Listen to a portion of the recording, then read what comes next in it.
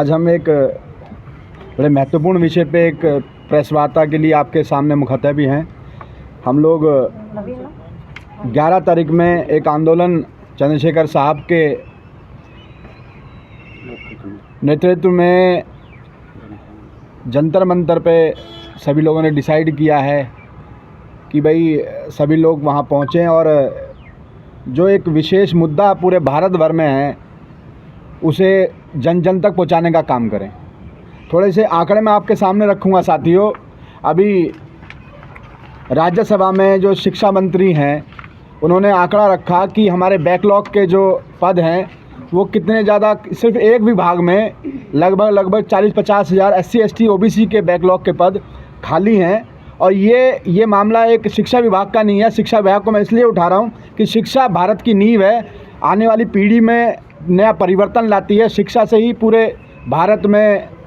एक नई ऊर्जा, नया एक सोच विचार का एक मामला बनता है साथियों। लेकिन ये बात लगभग हर डिपार्टमेंट में है, चाहे रक्षा मंत्रालय हो, चाहे आपका राज्य स्तर में विद्युत विभाग हो, DTC हो,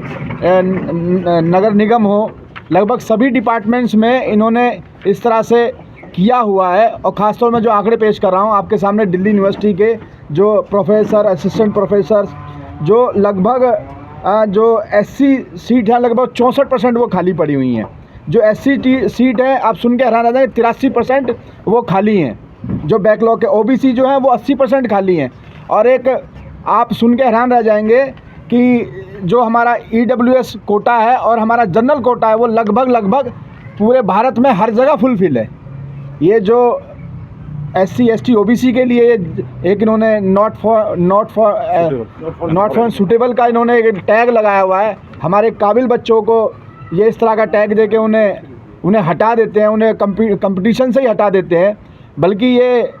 UGC की गाइडलाइंस है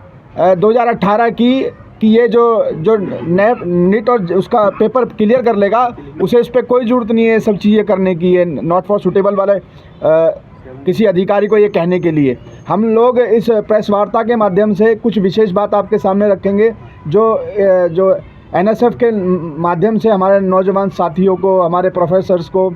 हेड ऑफ पे भी रखने के बावजूद भी उन्हें ये कह दिया जाता है, जब पक्का करने की उनकी बात आती है कि नहीं भाई नॉट फॉर सूटेबल है। जो 18 साल से वहाँ पढ़ा रहे हैं, 13 साल से वहाँ पढ़ा रहे हैं, वहाँ कार्य रहते हैं, उसके बावजूद भी उनके साथ ये इस तरह का व्यवहार किया जाता है। हम लोग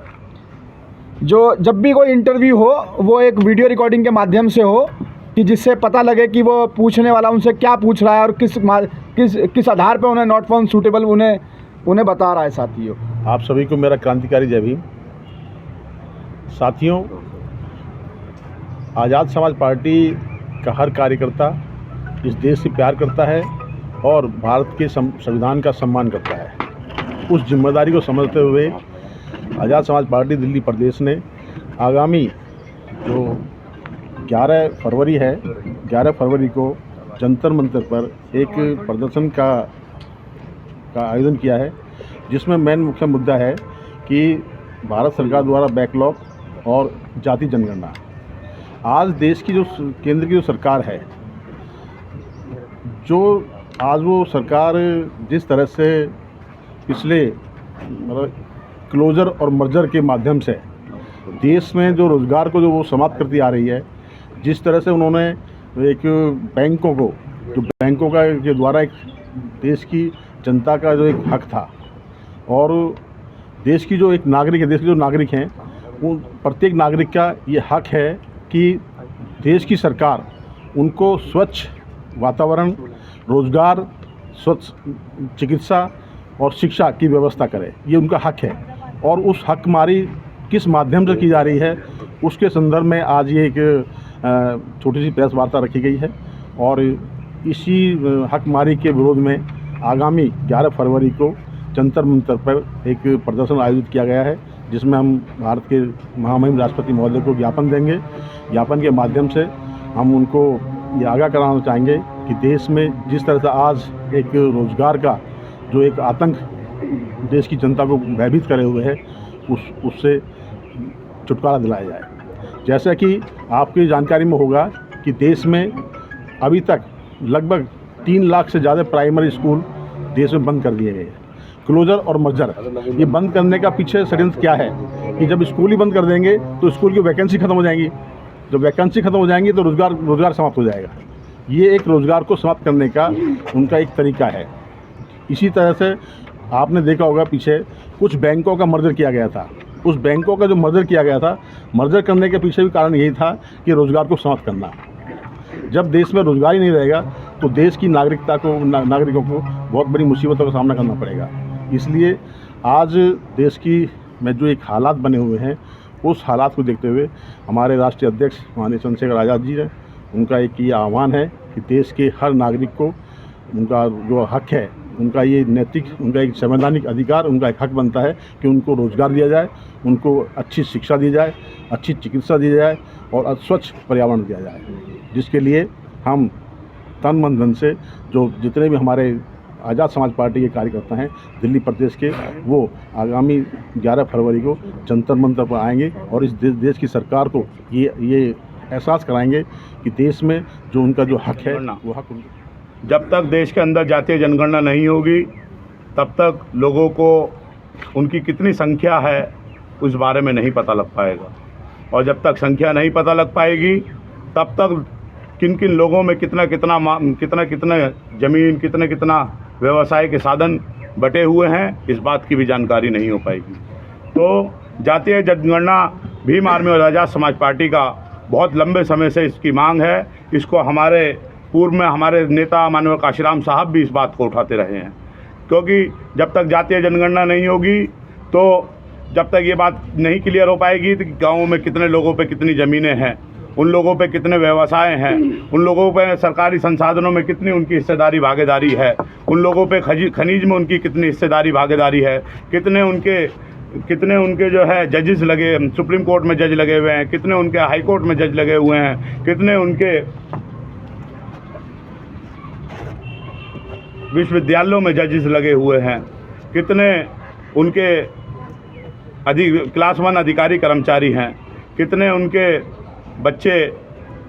लेके सरकारी यूनिवर्सिटीज़ से लेकर प्राइवेट यूनिवर्सिटीज़ में पढ़ने का काम कर रहे हैं। जातीय जनगणना इस देश में जब तक नहीं होगी तब तक देश के कमज़ोर वंचित वर्ग के लोगों को उनके हक अधिकार नहीं मिलने के। नहीं तो अभी तक क्या हो रहा है कि अभी तक लोगों को पता नहीं है और बैकडोर से उनके हक अधिकारों को ख़त्म किया जा रहा है। 1848 में महात्मा ज्योतिबा फूले साहब के माध्यम से कमज़ोर वंचित वर्ग के लोगों के शिक्षा की बात कही गई। उस बात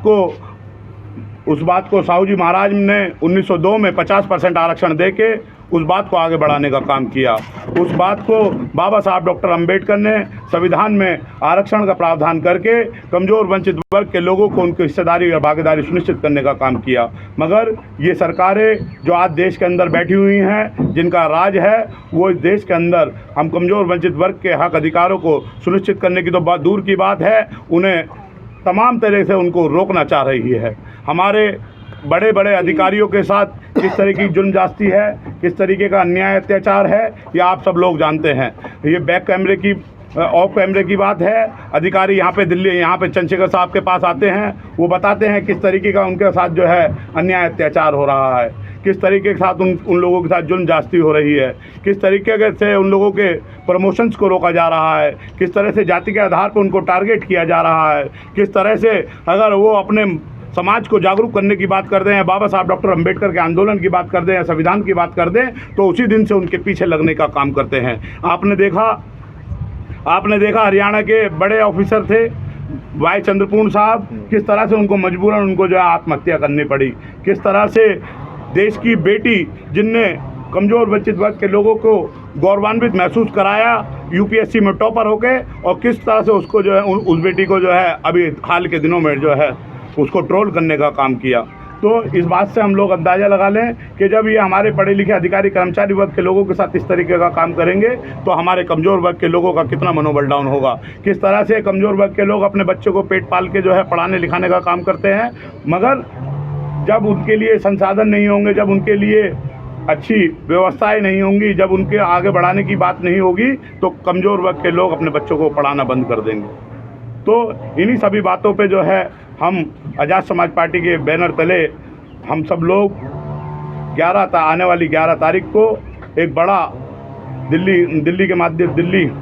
के लोग बड़ा जो है प्रदर्शन बुलाने जा रहे हैं। शांतिपूर्ण प्रदर्शन होगा। आप सब लोगों से अनुरोध है कि आप सब लोग भी आएँ।